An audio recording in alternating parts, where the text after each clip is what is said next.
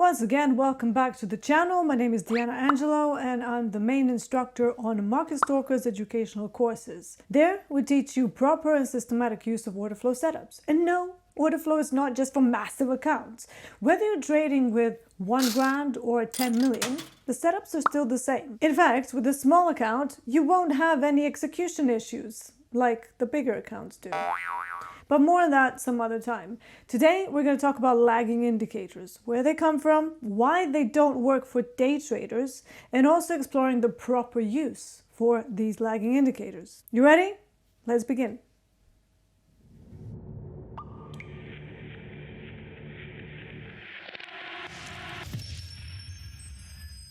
When I first started trading back in 2007, I think it was, like many of you, one of the very first strategies that I came across, it was the moving average crossover strategy. Now, when you're a novice trader, the way these, some of these sites explain these strategies, it sounds like some kind of a holy grail. But if you're like me, scientific, analytical, pragmatic soul, I actually spent 6 months trying to make this moving average crossover work. I mean, don't get me wrong, it partially worked. It worked in trending markets, but then I got absolutely slaughtered in the balanced markets, as you do. After that, I pretty soon embarked on a journey to learn institutional order flow on an advice of a trader I knew who actually worked for a bank. The rest is history. Now, look, it's clear that some of these lagging indicators like RSI, stochastics, ROC, money flow, they're all being used by large institutions. But it's also pretty clear to me now that they're not day trading tools. So let's put this out there. Lagging indicators are useful when you're an asset management firm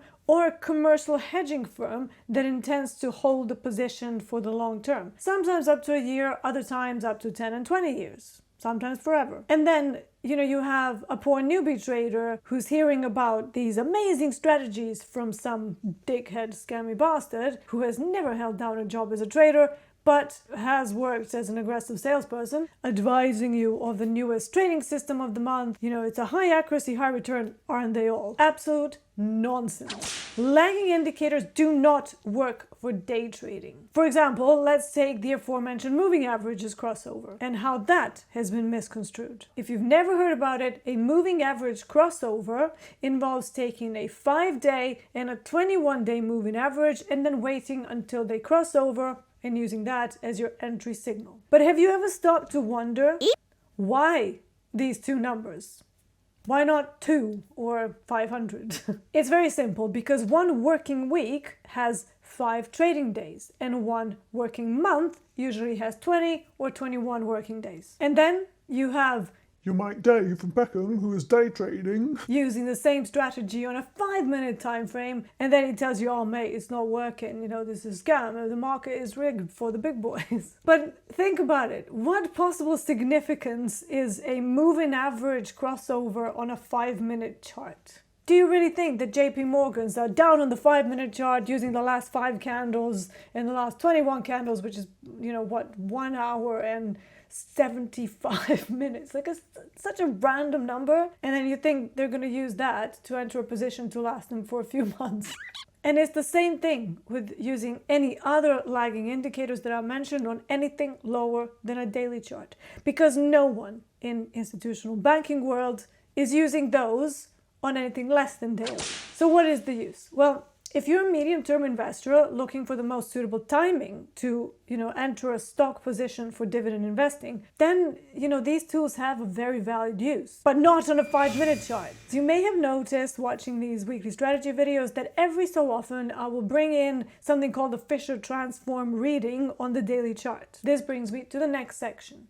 Can these lagging indicators be at all useful for someone who trades intraday exclusively? The answer is, if you're trading intraday properly, yes, absolutely. But the lagging indicators readings and setups are not going to be an everyday setup. Now, I said if you're trading intraday properly.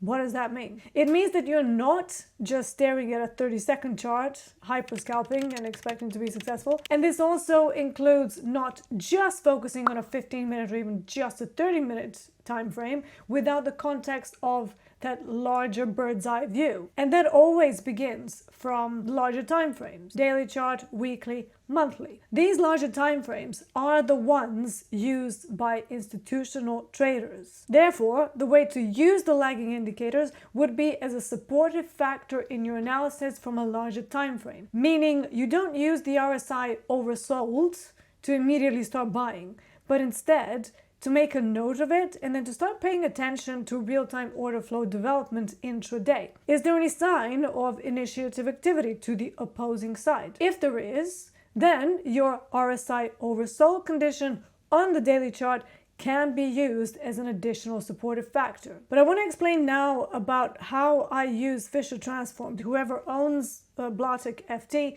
you know that there is a middle line, but then there's also two other lines. Those two values, 1.7 and minus 1.7, those two values are the ones that I found had the highest probability of showing you the cycle is coming to an end. In the meantime, if you're finding the video useful, give it a thumbs up. A comment would be nice as well, just to get the discussion going on your experience with these lagging indicators. Have you used them? Is it a positive experience? Is it a negative experience? Anyways, with that out of the way, back to the topic at hand. Fisher transform. What is it? It's a lagging indicator, and I've used it quite successfully for years. Fisher transform is an indicator that shows you Gaussian distribution, which is also known as the normal distribution curve. Whenever you come across textbooks online on how to use Fisher transform, they will all tell you use that zero as a signal, but that's not how I use it. Before I go on, I'll just briefly explain what the normal distribution assumes. It assumes that out of all of the samples, in our case prices, that 68% of them will fall within one standard deviation from that mean. And that would be great, except in trading, you're not really looking for the middle of the middle for your entries. That's the wrong way to trade. So it's no wonder that most of them fail in the long run. So instead, you don't want that. You want extremes of this number. And it's fine to use the mean as your profit target, but definitely not as an entry. So the way I look at it, if you expect 68% of the prices to fall within the mean, I'm not interested in those. What I'm looking for is the rest of the samples, those 32% that will fall outside of this mean. Because if you have 32% of the prices that are not within the mean, they're usually located at the extremes, the swing extremes.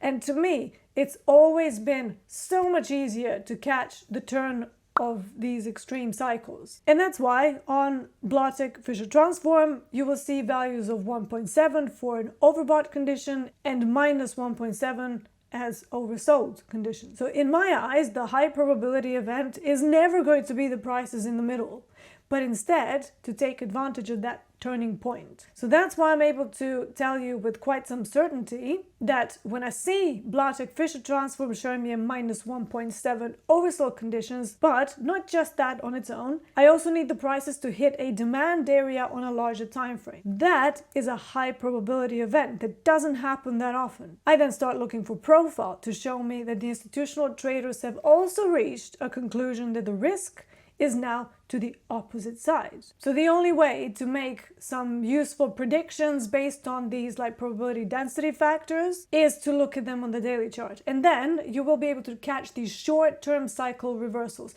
Whether they're going to be sustained into day 2, 3, 5, 6, 10, 20, that's an entirely different matter. And you guys know that these days you're not really going to see me holding on to any swing trades in Forex for longer than a day. If that. But for stocks, I'm still very much a swing trader. Our Blahtech Fisher transform has been my faithful companion to sift out the right time to enter those high growth, non-dividend paying stocks like Tesla, for example, where the timing of the entry itself does matter, since the only profits that you will see from such a company is from price appreciation. There's no dividends. Whereas with dividend paying stocks, it's a different story. Timing is not that relevant because ultimately, you want to hold the stock indefinitely and use the dividend as the passive income. And you don't necessarily care how high or how low the stock is, or whether the initial position is in a drawdown or not. Then any open positions are just going to be a vehicle to gain access to the dividend payment. That's all for this video. Don't forget to like, subscribe, and share.